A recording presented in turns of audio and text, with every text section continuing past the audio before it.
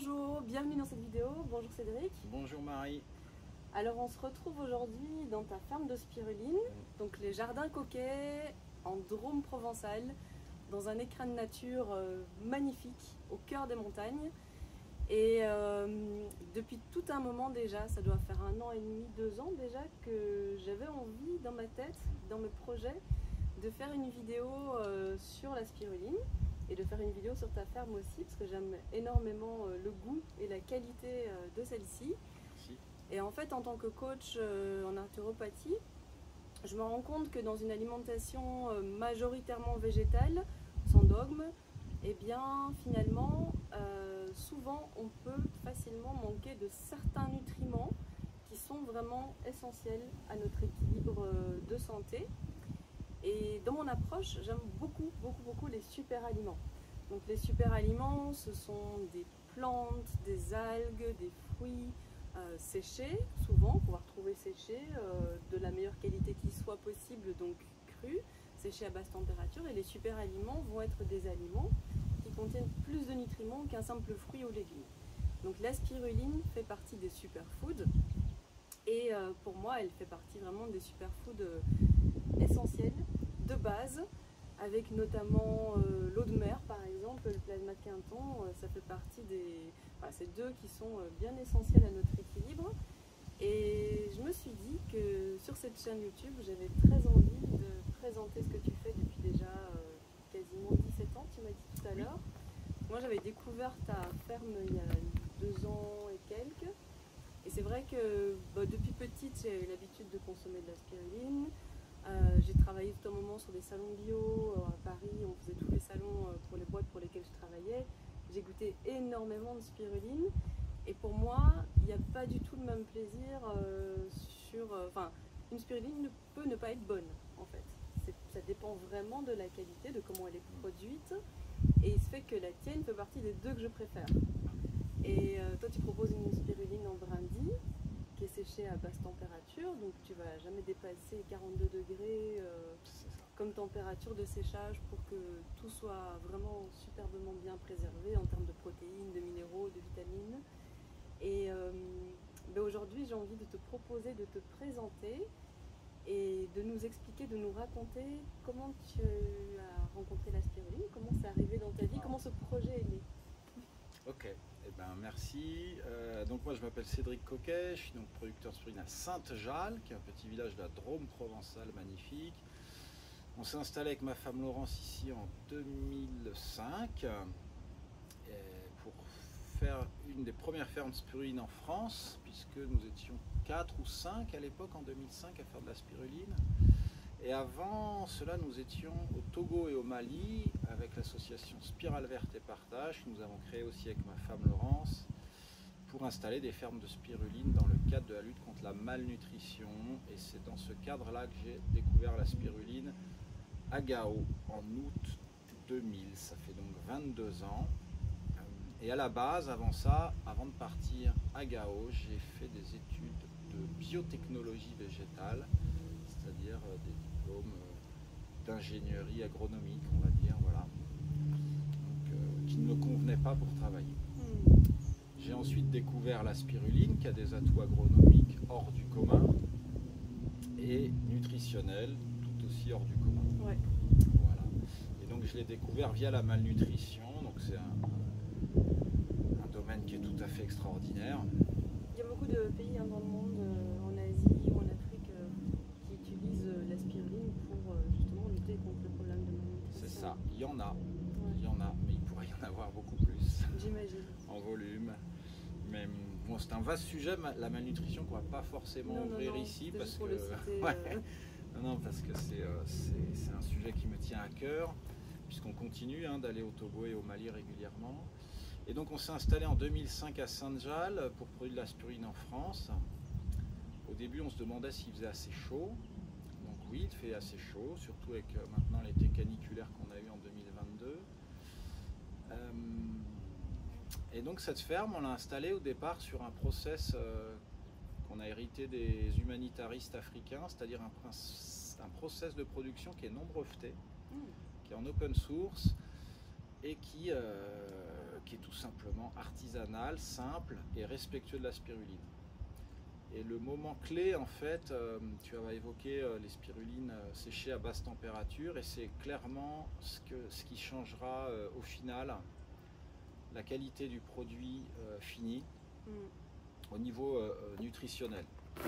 Au niveau gustatif aussi, ouais. Alors voilà, au niveau gustatif, après, alors il y a les spirulines, on va dire, faites artisanalement comme le font les producteurs français, c'est-à-dire qu'il va être séché à température ambiante devant des ventilateurs. C'est ce qui est en train de se faire là dans le labo, sur la récolte de ce matin. Ça prend à peu près 5 à 6 heures de séchage ventilé. Et donc on ne passe pas les 42 degrés. Les 42 degrés, c'est les températures létales pour les enzymes, qui sont les choses les plus fragiles et donc les plus essentielles. C'est pour ça qu'on parle toujours de ces 42 degrés. Tout à fait. L'autre mode de séchage qu'on retrouve sur des fermes plus industrielles, comme on trouve par exemple en Chine, qui fournit quand même à peu près 4/5 des ventes en France de spiruline vient de l'importation chinoise. C'est un système de spread drying system qu'on appelle, c'est le même système que le lait en poudre. C'est des colonnes d'atomisation de 30 mètres de haut qui jettent des petits sprays à 70 degrés sur la spiruline et qui ouvrent les cellules, qui jettent de l'air à 70 degrés et qui détruisent donc les vitamines, les enzymes, les pigments, c'est-à-dire l'essentiel. Ça transforme aussi au niveau moléculaire de la spiruline. Ouais, ça détruit le produit en fait. Ouais. Et ça c'est vendu en bio aujourd'hui. C'est de la spiruline labellisée bio, qui est vendue, c'est 4 boîtes sur 5 vendues en France. Moi dans mes accompagnements ou dans les personnes que je connais, souvent les gens me disent mais la spiruline c'est dégueulasse, c'est pas bon. Et en fait moi je leur dis mais non, c'est pas toutes les spirulines qui sont comme ça, donc je les invite à goûter des spirulines qui sont de grande qualité, comme celle que tu proposes, et vraiment la spiruline peut être agréable en termes de goût. Ça je vous l'assure. Ben nous on aime ça, mais alors c'est sûr que la spiruline qui est atomisée, c'est souvent de la spiruline en poudre ou en gélule et qui est reconnaissable à son odeur nauséabonde. Oui. La spiruline, nous on a choisi ça au départ, de faire des vermicelles pour se différencier des industriels. Et la spiruline en vermicelle, nous on adore ça. Après bon, il y en a qui n'aiment pas. Mais, elle est moins transformée qu'en poudre, donc ça a un avantage. Elle a une étape de transformation en moins. Et elle s'assimile mieux que si on la prenait en comprimé. C'est ça. Puisque notre corps a un effort en moins pour assimiler tous les principes actifs au niveau de la paroi intestinale quand on la consomme. Après, la spiruline en fait, le secret s'il y a une chose à retenir sur la spiruline, c'est le moment où il faut se concentrer, c'est que c'est une cyanobactérie. Voilà. Et donc c'est une bactérie qui réalise la photosynthèse et qui est à l'origine de la vie sur Terre. Voilà. En fait, c'est la seule chose essentiel à comprendre, c'est que la spiruline est l'origine de la vie sur Terre. Elle a 3,5 milliards d'années, la Terre elle en a 4,2 et le Big Bang c'est 14 milliards d'années. Hyper intéressant. Donc à 3,5 milliards d'années, il y a des bactéries qui se mettent à faire la photosynthèse. Donc ça c'est toute la famille des cyanobactéries dont fait partie la spiruline.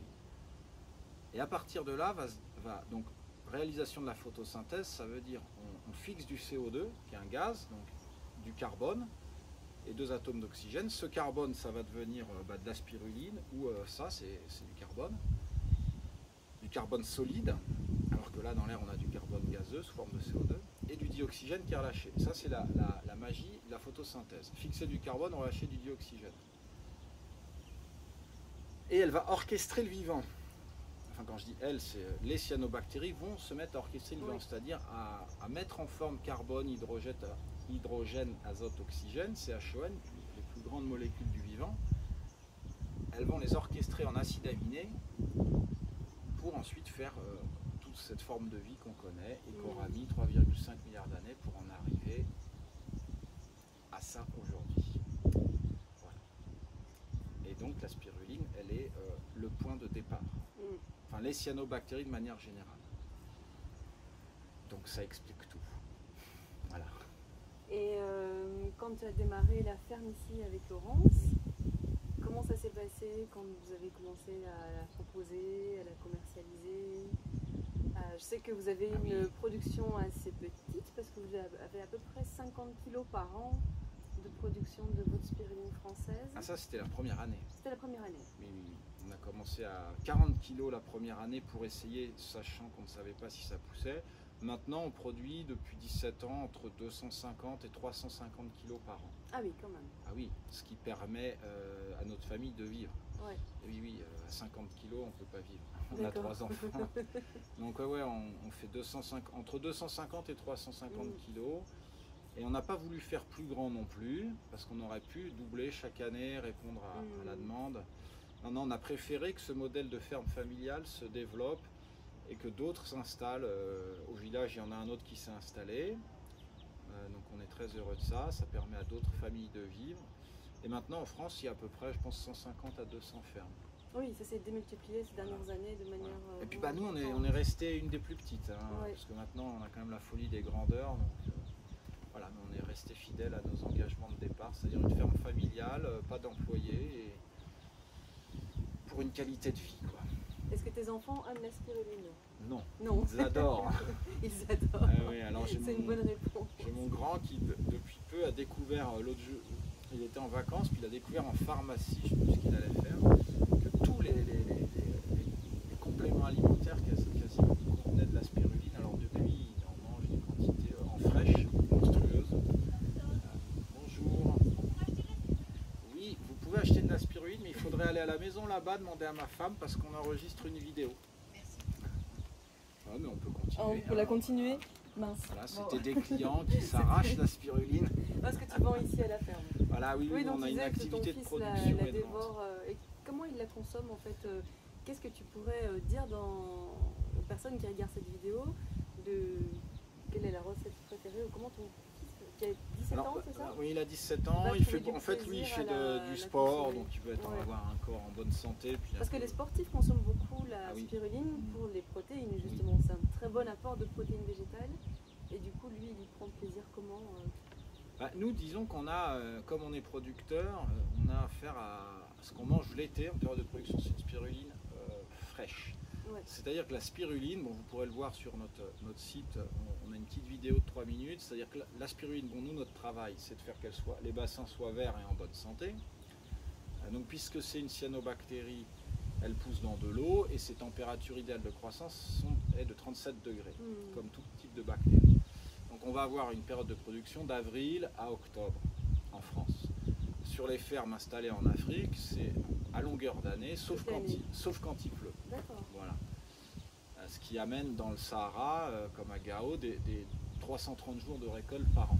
Incroyable. Alors voilà, c'est fou. Alors qu'ici, nous n'avons à peu près que 100 jours de récolte par an, répartis entre avril et octobre. Est-ce que ça nécessite beaucoup d'eau? Non. Non. Parce que comme vous le voyez sûrement là, on est en système fermé, donc on a des bâches plastiques en dessous, des bâches plastiques au-dessus.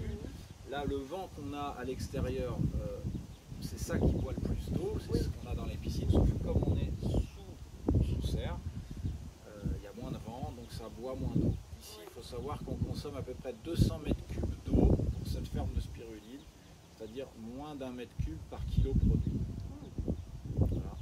Ce qui est très modeste en Production agriculture. très écologique en même temps sur un produit qui est hautement nutritionnel. Et on a besoin par contre d'une eau de haute qualité. Oui. Voilà. C'est pour ça qu'on est venu se cacher dans l'arrière-pays des barreaux. Dromois. Voilà. Et le maire est très fier à l'époque parce qu'on a toujours vanté la qualité de l'eau du village.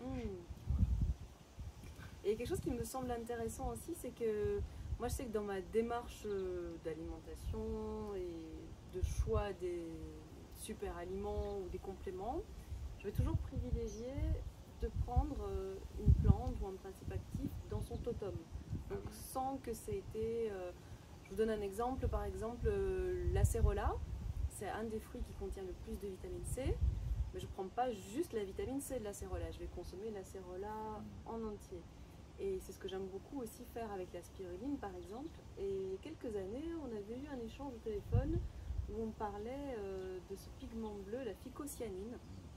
Parce qu'aujourd'hui, on trouve à peu près partout de la phycocyanine et on nous vante énormément les bienfaits de ce pigment bleu, qui en a énormément d'ailleurs, en effet. Mais est-ce que ça a vraiment du sens de juste isoler la phycocyanine du reste de la spiruline? Qu'est-ce que toi tu en penses en tant que producteur? Et consommateurs de spiruline. C'est vrai que on part du principe que la nature est bien faite. Ouais. Donc, par exemple, tu as parlé de la vitamine C. On sait que pour fixer le fer, il faut de la vitamine C. Donc on peut prendre plein de fer. S'il n'y a pas de vitamine C, on ne le fixera pas, il ressortira. La phycocyanine, on ne sait pas comment elle fonctionne en fait dans l'organisme humain. Déjà qu'on ne sait pas comment fonctionne un organisme vivant.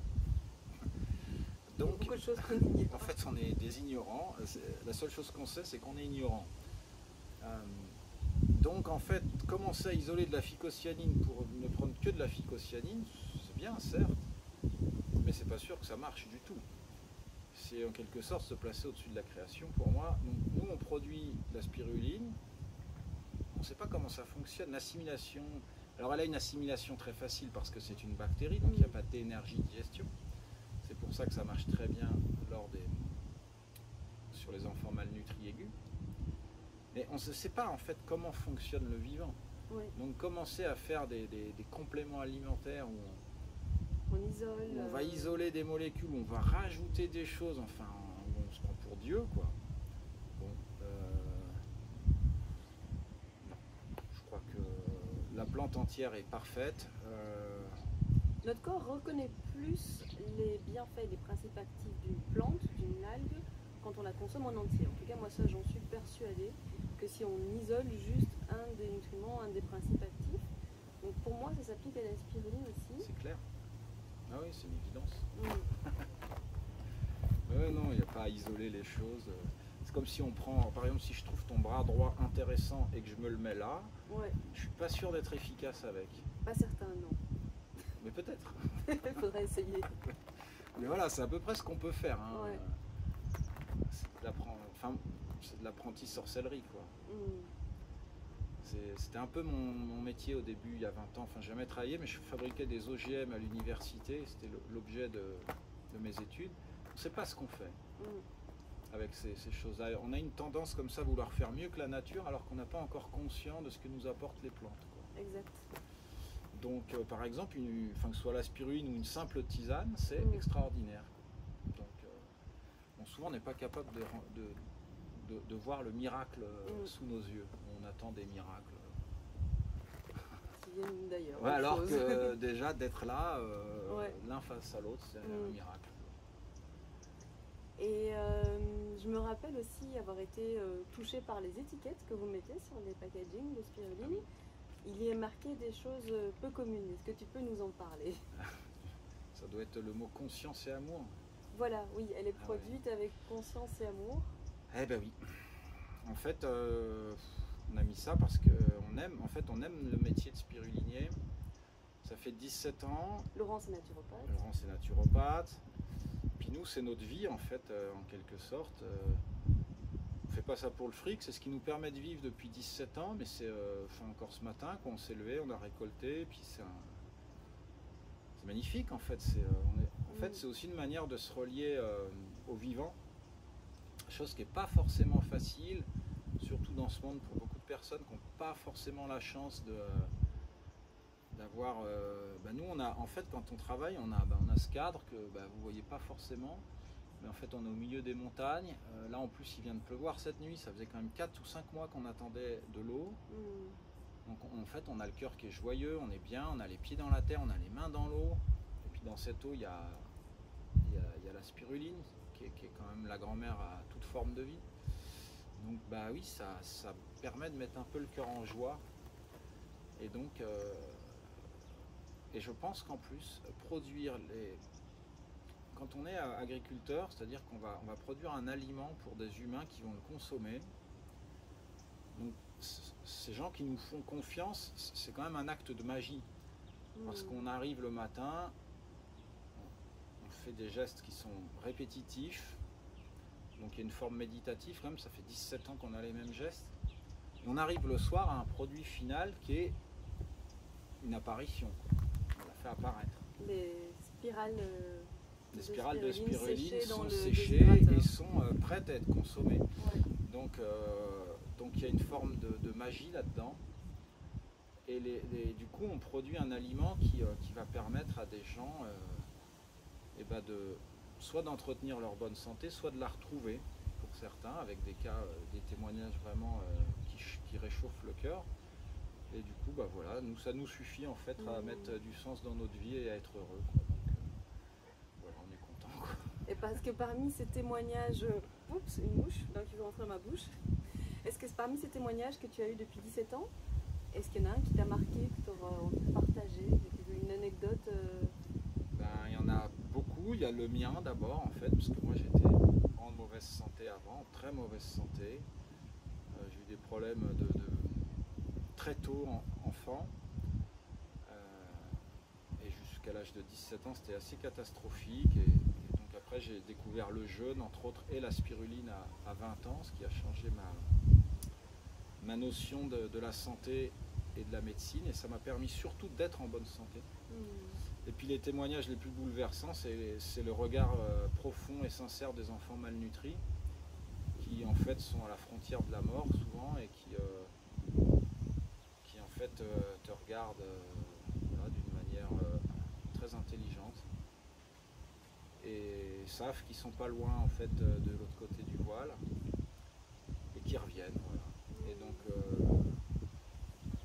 bah, c'est pas des mots en fait, c'est juste un échange non verbal. Et ces enfants là, puisqu'on part au Togo dans 5 semaines, Laurence n'y est pas allée depuis 19 ans, elle va revoir entre autres Kofi, cet enfant qui avait 1 an et demi, donc il y a 19 ans, donc là il en a 20 ans. Et voilà, Kofi, bah, quand on le voit, on n'a pas besoin de beaucoup parler, de toute façon il ne parle pas français. Et nous on ne parle pas bien l'évé, qui est la langue du sud du Togo. Donc voilà, c'est très puissant en fait, très très puissant. Et en France on en a voilà, de nombreux. On ne va pas pouvoir... Tu n'as pas un qui sort du lot que tu as envie de nous partager? Moi c'est Kofi, le petit Kofi, 1 an et demi, voilà, qui était voué à la mort puisque l'OMS l'avait annoncé irrécupérable. Et ben il n'y a qu'à voir ce qu'il donne 19 ans après. Il a un gros gaillard bien costaud, enfin pas gros, grand et plus costaud que moi, et en parfaite santé. Donc ça suffit en fait. Ça nous suffit pour être heureux en fait. Ouais. Et on a encore les photos qu'on va amener de Kofi. Quand il était bébé, il y a 18 mois, 6 kilos, quoi, c'est de la malnutrition aiguë. Voilà, donc ça c'est pour ce qui était le cadre africain. C'est donné de quelle manière à l'époque? En Afrique, c'est mélangé dans une boisson? On mélange à de la banane écrasée et à du citron. D'accord. Voilà, ouais, j'aime beaucoup les mettre dans une variante du même aux fruits, donc ça me fait penser à ça.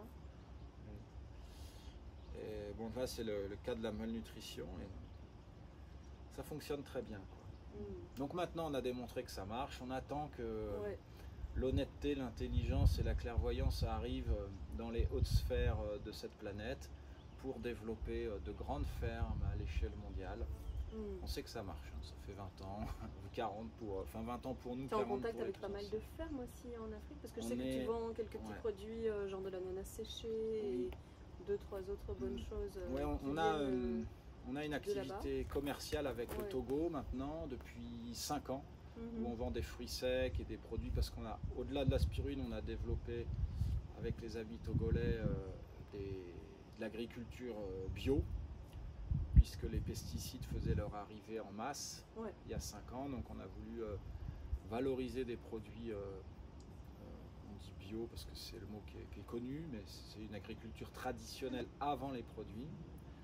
Et puis sinon en Afrique de l'Ouest, en effet, à l'époque j'ai installé plusieurs fermes pour des ONG. Et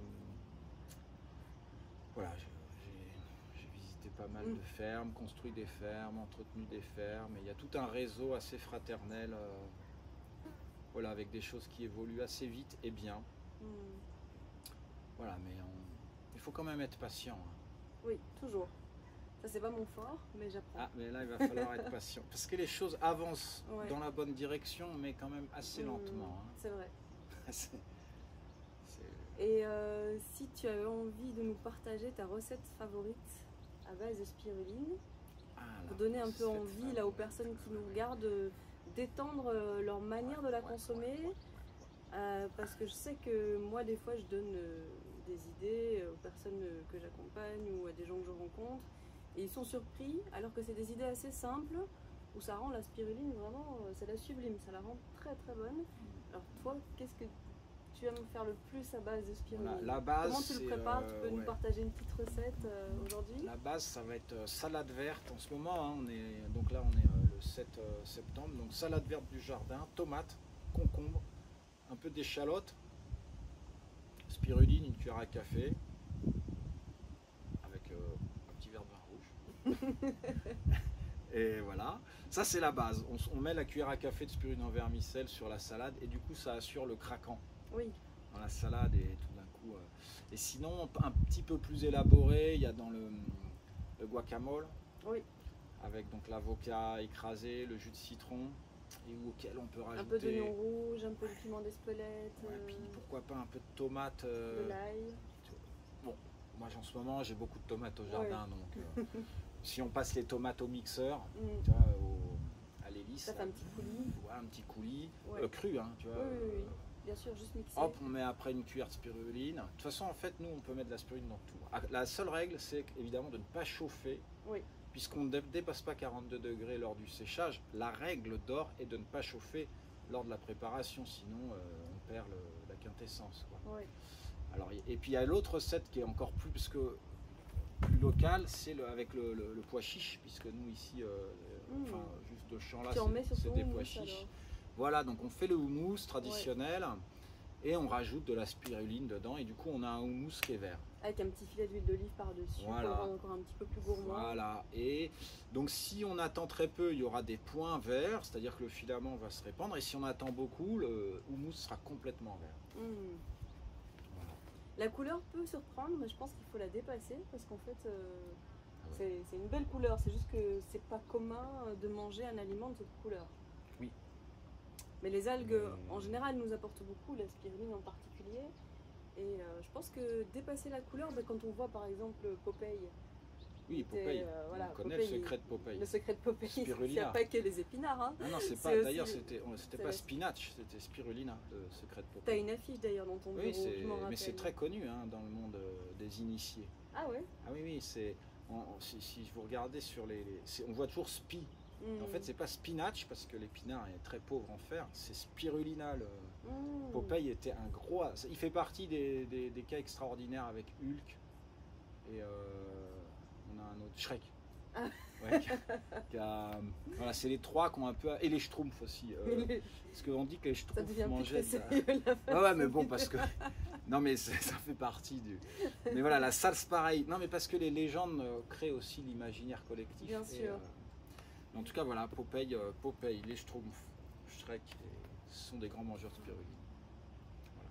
Bon, revenons peut-être à des... Est-ce que tu auras envie de rajouter autre chose? Parce que on avait pensé de vous faire une vidéo pas trop longue, que ce soit agréable à regarder. Moi, j'aurais à vous dire, consommer de la spiruline. Voilà, la règle d'or, c'est une cuillère par jour, ne pas chauffer. Minimum une cuillère à café. Au début, en tout cas, pas voilà, dépasser une cuillère à faites-vous café. du bien. C'est pas le miracle. Attendez-vous pas au miracle de Lourdes. C'est comme on pourrait dire, un traitement de fond. C'est-à-dire le but, c'est de remettre en mouvement des processus naturels en fait qu'on peut avoir perdu à cause d'une alimentation moderne ou industrielle. Dénaturée, transformée. Voilà, qui n'a pas, voilà, et qui n'a pas les nutriments, les micronutriments vivants. Donc voilà, en fait, c'est juste remettre en mouvement le vivant. Puis il y a la gorgée de chlorophylle, donc excellente pour la flore intestinale, pour la paroi intestinale, ça va faire de petites merveilles. Ça renforce le système immunitaire aussi. Oui, ouais, elle nourrit, elle détoxique et elle renforce le système immunitaire. Ça, ce sont ces trois rôles de base. Avant de terminer cette vidéo, je pense à une petite question qui m'est venue à l'instant. Qu'est-ce que tu pourrais nous dire par rapport à la B12 et à la spiruline? Alors ça a fait couler de l'encre. Oui, ça a fait couler pas mal d'encre. Alors dans l'algue clamate, que j'aime aussi beaucoup, il y en a, ça c'est certain, mais dans la spiruline, qu'en est-il? En fait, il y en a dans la B12. Enfin, le problème, c'est qu'on trouve de tout et de n'importe quoi. En fait, ce qu'on peut dire, c'est qu'il n'y a pas eu d'études scientifiques sérieuses. Oui. Alors après, on peut tous dire, sans argument scientifique, ce qu'on veut. Ce qui est certain, c'est que la B12, on a découvert qu'il y en avait plusieurs. Voilà, déjà. Avant, il y avait la vitamine B, il y a eu 1, 2, 3, 4, 5, 7, 8, 9, 10, 11, 12. Bientôt, il y aura B12, alpha, bêta, gamma. Enfin voilà, donc on est en train de découvrir le vivant. Et ce qu'on sait en tout cas, c'est que là où on a découvert la spiruline au Tchad, les gens ne souffrent pas de carence en vitamine B12. Et pourtant, ce sont des végétariens économiques, on va dire. C'est-à-dire qu'ils mangent 1 à 2 poulets par an, quoi. Oui. Donc ils n'ont pas d'apport de protéines animales et ils n'ont pas de carence en B12. Voilà. Donc sur le sujet de la B12, moi n'ayant pas d'assises scientifiques sérieuses et n'en connaissant pas dans la littérature, je ne vais pas alimenter oui, je comprends. Voilà, des on-dit, je ne sais pas. Voilà. Ce que je peux juste dire, c'est qu'Ocanem, c'est un cas intéressant en tout cas. Voilà, les gens, les consommateurs, là où on a découvert la spiruline en 64, nous les Européens, les gens ne souffrent pas de carence en vitamine B12. Et si on veut retrouver ta ferme, si on veut t'acheter de la spiruline, comment est-ce qu'on peut faire? Oui, et ben, les jardins coquets, @yahoo.fr. On a un mail, soit vous venez à la ferme, comme ces dames qui sont arrivées. Pendant la vidéo. Voilà, soit vous nous écrivez un mail, vous allez sur notre site, vous nous écrivez un mail et nous en fait on expédie dans toute la France et même au-delà des frontières nationales. On vous trouve aussi à la Bias Paysanne, à la Bias magasin Paysanne, producteur à Lyon. Voilà. On vous trouve sur le marché nocturne de Saint-Jacques, oui, le vendredi soir pendant tout l'été. Et est-ce qu'il y a encore un autre endroit? Non. Voilà. À la petite épicerie de Nyons, l'éclat de riz. À l'éclat de riz, en effet. Voilà, mais bio, voilà, on vend surtout par correspondance et ça permet en fait aux clients dans toute la France d'avoir les mêmes tarifs qu'à la ferme. Oui. Puisqu'on a affaire à un produit qui au kilo a un prix élevé. Du coup ça nous permet d'expédier. Ça a été le business plan depuis 17 ans et qui fonctionne. Donc on expédie par la poste ou mondial relais. Vous passez vos commandes par internet, on y répond, vous faites un virement bancaire et ça arrive chez vous. Super. Et vous avez comme ça les produits de la ferme. Mais c'est génial. Merci beaucoup d'avoir Marie. pris le temps de répondre à mes questions, de présenter le beau travail que tu fais. C'était un plaisir. C'est une vidéo en plus qui sera dans les premières de ma chaîne YouTube, Ginger Joy Marie. Donc c'est un honneur d'avoir démarré avec toi ici à la ferme du Coquet, en Drôme provençal, dans ce bel écrin de verdure. Quand on tourne la tête à gauche et à droite, on voit les montagnes, c'est vraiment sublime. Donc un grand merci. Enchanté.